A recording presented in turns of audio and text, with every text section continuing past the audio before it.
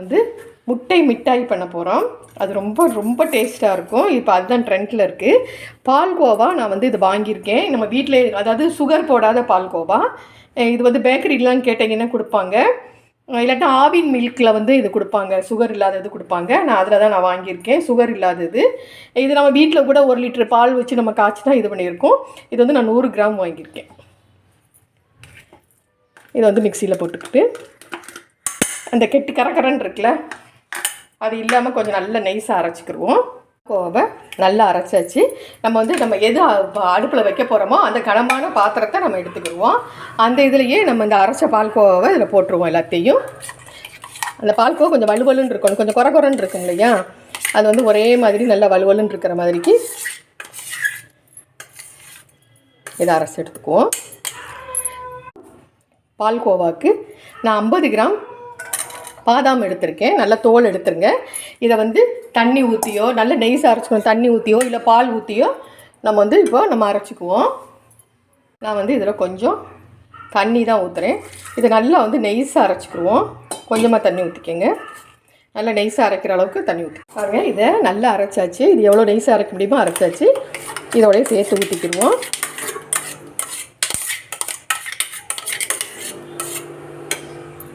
நம்ம இந்த இதுக்கு 4 முட்டை போடலாம், ஆனால் நான் 3 முட்டை எனக்கு போதும். இப்போ முட்டையில் உடைச்சி நம்ம இதில் ஊற்றிக்கிடுவோம்.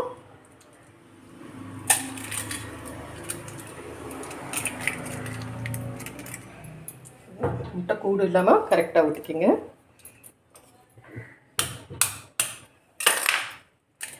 இந்த முட்டையை வந்து நல்லா அடிச்சிடணும்.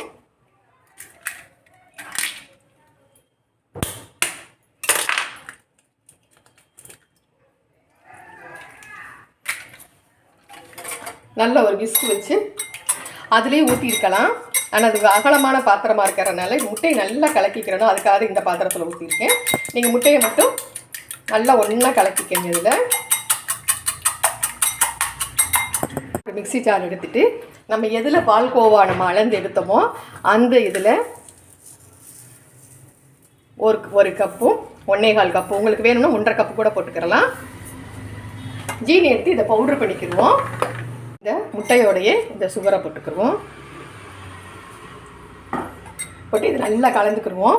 இந்த கலக்கிறதோடையே நம்ம வந்து ஏலக்காய் பவுடர் போட்டுக்கிடுவோம். இல்லை நீங்கள் வந்து ரோஸ் எசன்ஸ் கூட இருந்தால் போட்டுக்கிறலாம். ஏன்னா இது கட்டாயம் வந்து ஏலக்காய் போட்டால் நல்ல வாசனையாக இருக்கும். கொஞ்சம் கூடவே போடணும். ஏன்னா கொஞ்சம் சில பேருக்கு அந்த முட்டை வாசனை வந்தால் பிடிக்காதுல. ஆனால் முட்டை வாசனை வராது. இருந்தாலும் வந்து நம்ம வந்து கொஞ்சம் ஏலக்காய் நிறையா போட்டு இது நல்லா அடித்து நல்லா கலந்துக்கிடுவோம். ஒரு விஸ்கு வச்சு நல்லா கலந்துக்கங்க. ஏலக்காய், முட்டை, ஜீனி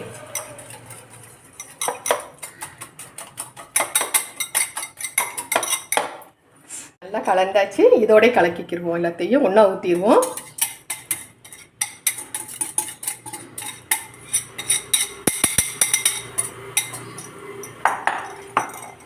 இதையும் நல்லா ஒன்றா இந்த மாவு எல்லாமே சேர்த்து நம்ம பால்கோவா அரைச்சி வச்சுருக்கோம். ஸ்வீட் இல்லாத கோவா, பாதாம் அரைச்சி வச்சுருக்கோம்ல, அது, முட்டை, ஜீனி, ஏலக்காய் எல்லாம் ஒன்றா கலந்துக்கிடுவோம். கலந்துட்டு வேறு பாத்திரத்தை கலந்துட்டு கூட நம்ம ஊற்றலாம். இது சீக்கிரம் கலந்துடலாம். ரொம்ப அப்படியே அடித்து கலக்கிறதா இருந்தால் தான் வேறு பாத்திரத்தில் ஊற்றணும். இதை நம்ம அடுப்பில் வச்சு கிண்டிடணும் நல்லா.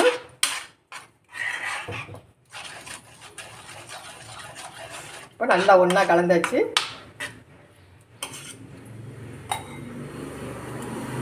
இப்போ நம்ம ஒரு அடுப்பில் எடுத்து வச்சுக்கிறோம். அந்த ஃபேனை கைவிடாமல் நல்லா சிம்மில் வச்சு நம்ம கலக்குவோம்.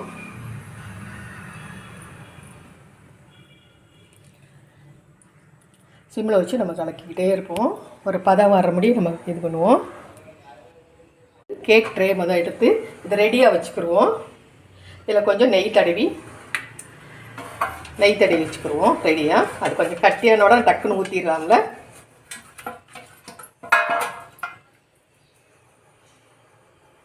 நான் வந்து இப்போது இதில் 100 கிராம் 50 கிராம் நெய் வந்து 50 கிராம் நெய் வந்து உருக்கி வச்சுருக்கிறேன்.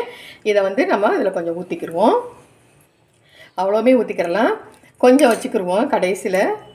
இதில் வந்து நெய்யை வந்து இதில் ஃபுல்லாகவே ஊற்றிட்டேன். கொஞ்சோண்டு நெய் கொஞ்சம் வச்சுக்கிடுவோம் அது மேலே தடவுறதுக்கு. இதை நல்லா கைவிடாமல் கிண்டிக்கிட்டே இருப்போம். சீக்கிரம் பிடிச்சிரும். முட்டை தானே, இந்த வரைக்கும் சீக்கிரம் வெந்துடும் அது.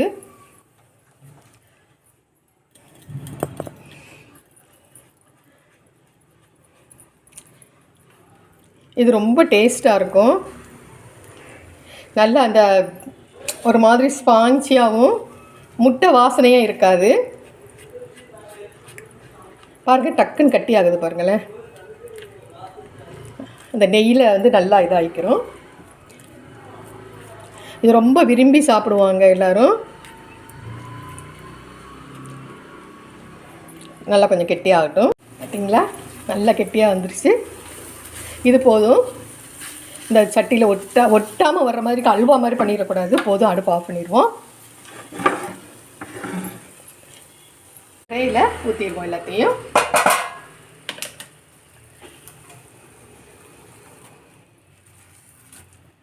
குயிக்காக பண்ணிடலாம். இப்போ நம்மளுக்கு சித்திரை வருஷப்பிறப்பு வருதுல, அதுக்கு ஸ்வீட் நம்ம ரெடி பண்ணியாச்சு. இதை நீங்களும் பண்ணி பாருங்கள். இதை கரெக்டாக அப்ளை பண்ணிக்குவோம். ஏர் ஆகாமல் இருக்கிறதுக்கு நல்லா தட்டி கொடுத்துட்டிங்கன்னா நல்லாயிருக்கும். நம்ம வந்து ஏற்கனவே கொஞ்சம் நெய்யை எடுத்து வச்சுருக்கிறோம் பார்த்தீங்களா, அந்த நெய்யை இது மேலே போட்டுக்கணும்.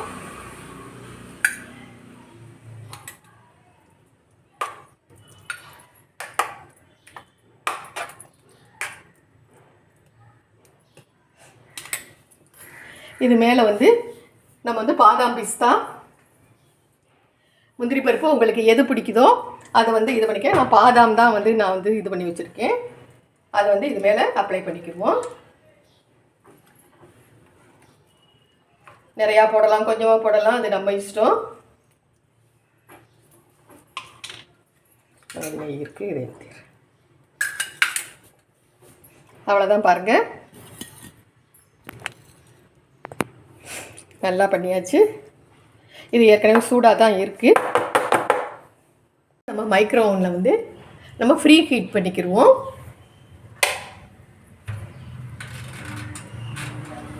ஃப்ரீ ஹீட் பண்ணிக்கிட்டு நம்ம வந்து இந்த கேக் இதை வந்து நம்ம வந்து இந்த முட்டாயை வந்து நம்ம இதில் எடுத்து வைப்போம்.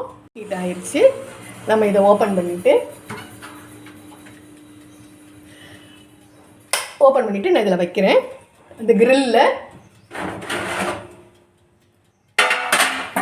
அந்த கிரில்லில் நம்ம வச்சுருவோம். உள்ளர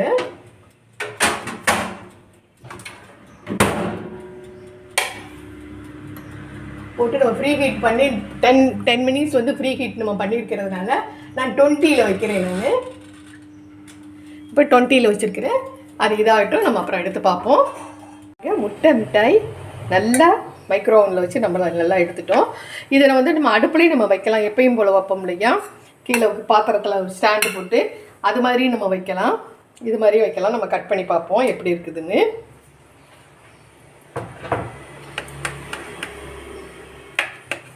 சூப்பராக இருக்குது. இது என்ன அடுப்பில் வச்சோம்னா இந்த மேலே உள்ள வந்து நல்ல மொறுமொறுன்னு இருக்கும். அது வந்து அடுப்பில் வச்சா பாத்திரத்தில் வைக்கும்போது அது வராது. அவ்வளோதான். மற்றபடிக்கு எல்லாமே அப்படியே தான் இருக்கும். மிட்டாய் நம்ம நல்லா பண்ணியாச்சு பாருங்கள். சூப்பராக நம்ம இப்போ வந்து இதை கட் பண்ணி சாப்பிட்டு பார்ப்போம். ரொம்ப ஸ்பான்ச்சியாக இந்த மேலே உள்ளலாம் நல்லா மொறுமொறுன்னு இருக்குது. நம்ம பாத்திரத்தில் வச்சோம்னா இந்த ப்ரௌன் வராது. ஆனால் இதே டேஸ்ட்டெல்லாம் மாறாது. இந்த மொறுமொறுன்னு வராமல் இருக்கும். அவ்வளோதான். எம்மி சூப்பராக இருக்குது. நீங்களும் செஞ்சு பாருங்கள்.